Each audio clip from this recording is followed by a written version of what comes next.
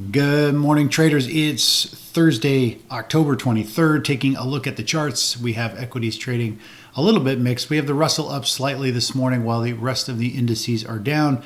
NASDAQ down about 0.3%. If we take a look at the daily chart, we have these inside bars here that we've been talking about, has been flirting with trying to break out of this range.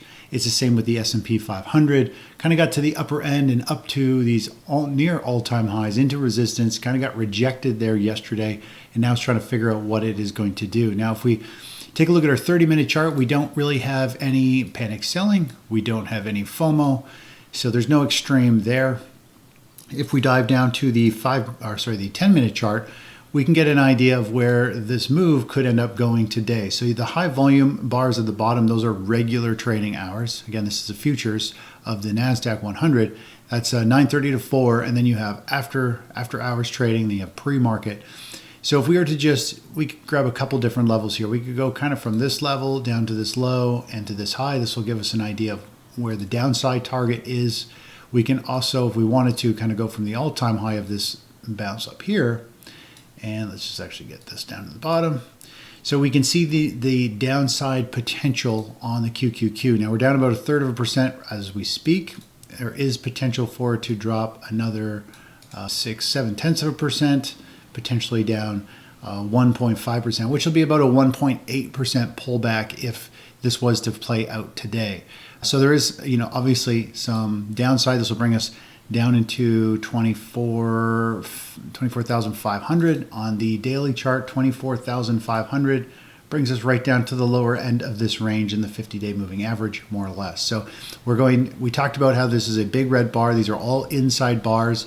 Generally, it's seen as a bearish chart pattern. It generally wants to work its way up, and then it gets rejected, comes down, and then from there, usually we see it break to the downside and go even further. So we could see some more selling today and some real panic potentially pick up in the markets. The interesting thing will be what happens with precious metals. If the stock market starts to go down, does that mean people are going to pull money out of the stock market and move it into gold or move it into gold miners? And yesterday in the pre-market video, we talked about GDX and gold miners and silver miners and how we were expecting. We had mass panic selling, huge gap down and sell off, massive volume. I talked about how yesterday we were expecting the markets to open sharply lower for the precious metal space because it was panic in that sector. And then more or less as everybody exits their trades. So what happened here, we saw a big bout of selling, had a little bit of a bounce, and then had a much bigger one that freaked out anybody who was kind of late to the game, who's been buying over the past month and a half, seeing all of their gains vaporize overnight almost.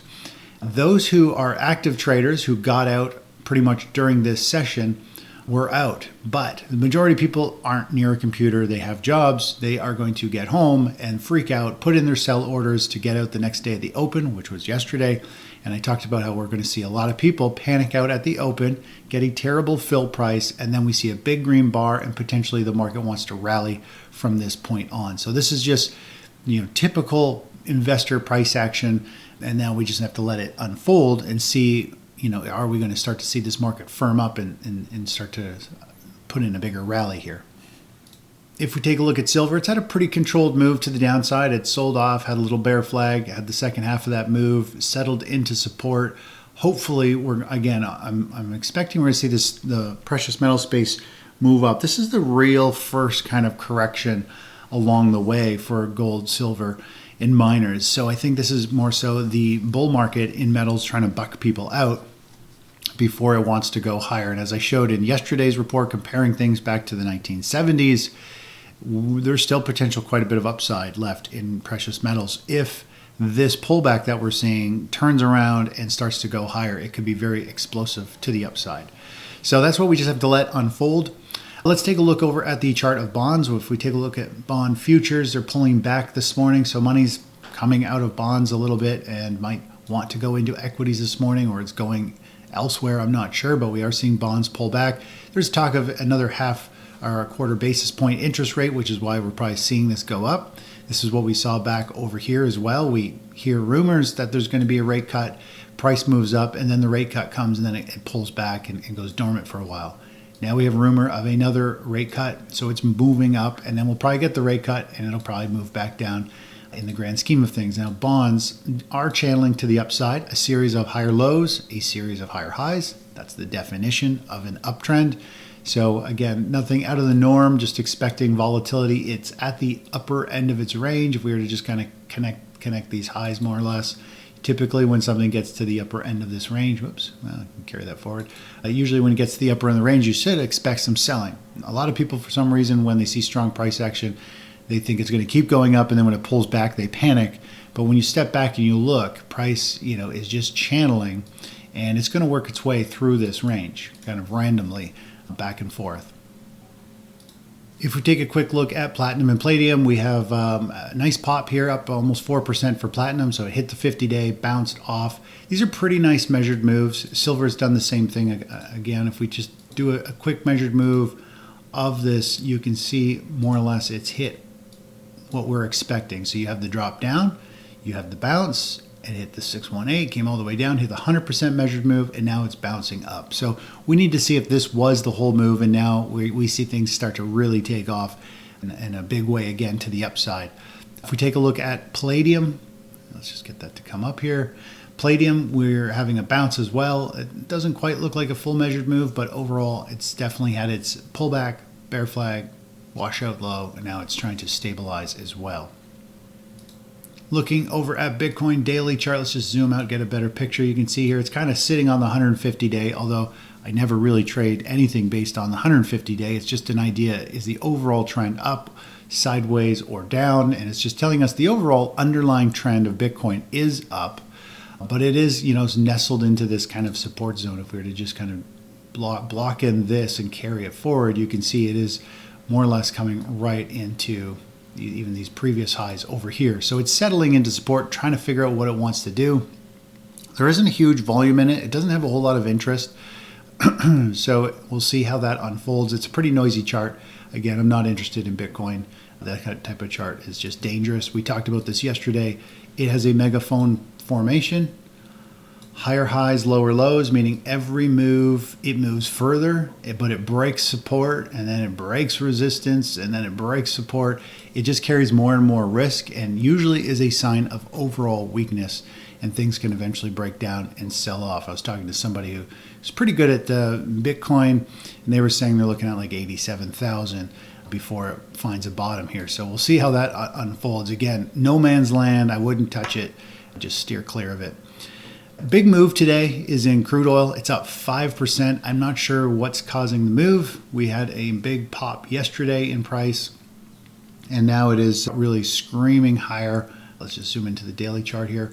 Bouncing up to the 50-day. So yesterday hit the 20-day. Today it's pushing up to the 50-day, and we'll see how this unfolds. There's some pretty good volume going on, so I'm not sure what the move is, but again, it did hit. If we look at it, we talked about this again over the last few sessions here. It has settled right down into support, into these major levels where each time it's had a pretty strong bounce. So it has hit that level. Now we have that strong bounce. Anybody who is short is probably covering, and of course they're most likely covering today with this huge move, realizing that it's starting another bounce, and they're probably worried it's a rally. But at this point, it is a bounce within a downtrend. We are moving up to the 50-day, which can act as resistance, and it's also right through a lot of other price action. If we just grab this and carry it across the chart, you can see here, it's a pretty significant pivot zone. We have lots of highs and lows and price action through it, and pivot lows, and then as support, and then as resistance. So again, this is just a bounce within the downtrend, typical, especially when it's a very significant level like this. As soon as that downward momentum stalls out and it starts to turn up, the shorts are going to cover. People are going to buy the dip or buy the bounce or support level, and that I think is what's creating this pop. Now there might be some news as well, but from a technical standpoint, that's what traders do, is they wait for this, to buy at support, wait for it to turn around, and then jump on for the bounce. When we look at the overall sentiment of the chart, of course, this is our color-coded sentiment. This is telling us what the big money is doing in the markets. If we take a look, grab this tool here, People unloading shares, big money is getting nervous. We have the same thing over here. You could argue maybe this is the breakdown, this is a kiss goodbye before it picks up speed. We'll just have to see how this unfolds. But overall, this is all telling us something bad is brewing, and there's a good chance we're going to go into a very precipitous waterfall. Now, it hasn't happened yet, but the market has definitely gone neutral in terms of our trends, and we are on the sidelines. When we look at the overall market, we can tell when we're in a strong uptrend and when the market doesn't know what it's doing, and then it kicks back into an uptrend and it doesn't know what it's doing right now. We want to step aside. It's not about always being in a position, an equities position or something like that. Cash is a position. It's much better to keep your money and earn a little interest than it is to hold on to stuff and lose 10, 20, 30% and waste a lot of time when you can just move to a cash position and totally sidestep it all. So it's all about protecting our capital. That is what we do. And then we try to take advantage of the markets in a very safe way to the upside. As the market corrects or market rallies, we can take advantage of it. Anyways, that's it for now. We'll talk to you soon. Bye-bye.